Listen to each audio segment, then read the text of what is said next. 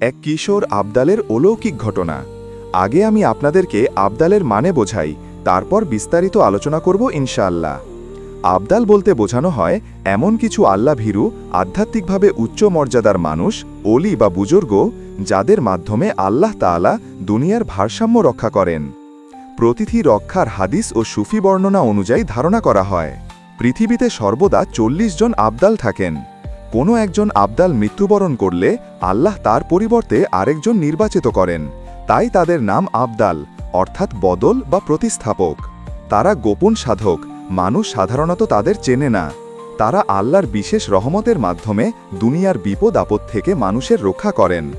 সংক্ষেপে, আবদাল আল্লাহর সেই গোপন বান্দারা যাদের মাধ্যমে পৃথিবীতে রহমত ও ভারসাম্য টিকে থাকে। আসুন আপনাদেরকে বিস্তারিত ঘটনা শোনাই। বিস্ময়কর হলেও এটি একটি বাস্তব ও হৃদয়স্পর্শী ঘটনা।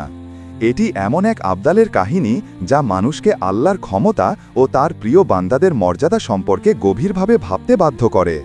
একজন বুজুর্গ বলেন, একবার আমি এক বন্ধুর সঙ্গে পালের নৌকায় আরোহণ করলাম, কিন্তু নৌকা ছাড়ার পরেই আমরা প্রবল বাতাসের কবলে পড়লাম। ফলে মাঝি পুনরায় নৌকাটি নোঙর করে রাখল। নৌকায় আমার পাশেই এক সুদর্শন যুবক বসেছিল। কিছুক্ষণ পর সেই যুবক নৌকা থেকে নেমে অদূরে একটি ঝোপের ভিতর গিয়ে অদৃশ্য হয়ে গেল। কিছু সময় পর সে আবার নৌকায় ফিরে এলো। সূর্য অস্ত যাওয়ার পর যুবকটি আমাকে ও আমার সঙ্গীকে কাছে ডেকে বলল, ভাই, আর কিছু সময় পরেই আমার ইন্তেকাল হবে। তোমাদের কাছে আমার একটি অনুরোধ, আমার মৃত্যুর পর এই থলির ভিতরের কাপড় দ্বারা আমার কাফন দিবে। অতঃপর দাফন সম্পন্ন করে আমার পোশাক ও এই বদনাটি তোমাদের সঙ্গে নিয়ে যাবে। সুর শহরে পৌঁছাবার পর সর্বপ্রথম যে ব্যক্তি তোমাদের সঙ্গে সাক্ষাৎ করে বলবে আমার আমানত দিয়ে দাও, তাকে এই বস্তুগুলো দিয়ে দেবে। বর্ণনাকারী বলেন, আমরা মাগরিবের নামাজ আদায়ের পর দেখলাম ইতিমধ্যেই সে ইন্তেকাল করেছে। আমরা তাকে তীরে নামিয়ে গোসল দিলাম।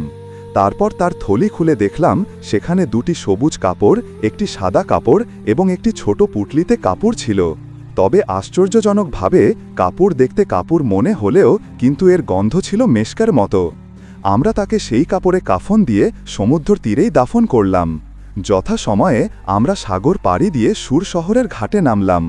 শহরে প্রবেশ করা মাত্র এক সুদর্শন কিশোর সামনে এসে সালাম করল।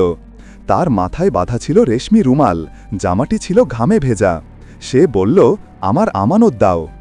আমরা থলি থেকে সেই আমানত বের করে দিলাম এবং বললাম, তোমার বস্তু তুমি গ্রহণ করে আমাদেরকে দায়মুক্ত করো।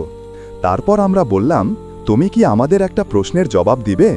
ওই যুবকটি কে ছিল, তার থলির কাপড় কোথা থেকে এলো, আর তোমার সঙ্গে তার সম্পর্ক কি? কিশোরটি বলল, ওই যুবক ছিলেন পৃথিবীর ৪০ জন আবদালের একজন। তার কাফনের কাপড় জোগাই দিয়েছিলেন হজরত খিজির আলাইহিসসালাম, আর আমি হলাম তার স্থলাভিষিক্ত আবদাল। এরপর সে যুবকের দেওয়া পোশাকটি পরে নিজের গায়ের কাপড় খুলে আমাদের হাতে দিল এবং বলল, আমার এই কাপড় যদি তোমাদের কাজে না লাগে তবে বিক্রি করে এর মূল্য দান করে দিও। এ কথা বলে সে অদৃশ্য হয়ে গেল। আমরা সেই পোশাক বিক্রির জন্য এক ফেরিওয়ালার কাছে গেলাম। কিছুক্ষণ পর এক দল মানুষ আমাদের একটি বিশাল প্রাসাদে নিয়ে গেল। সেখানে অনেক লোক জড়ো হয়েছিল। একজন বৃদ্ধ কাঁদছিলেন আর ভেতর থেকে এক মহিলার কান্নার আওয়াজ ভেসে আসছিল। আমাকে সেই বৃদ্ধার সামনে নেওয়া হলো।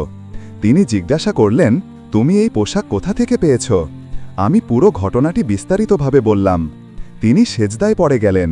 কিছুক্ষণ পর সেজদা হতে মাথা তুলে বললেন, আল্লাহর অসংখ্য শুকরিয়া, যিনি আমাকে এমন নেক সন্তান দান করেছেন।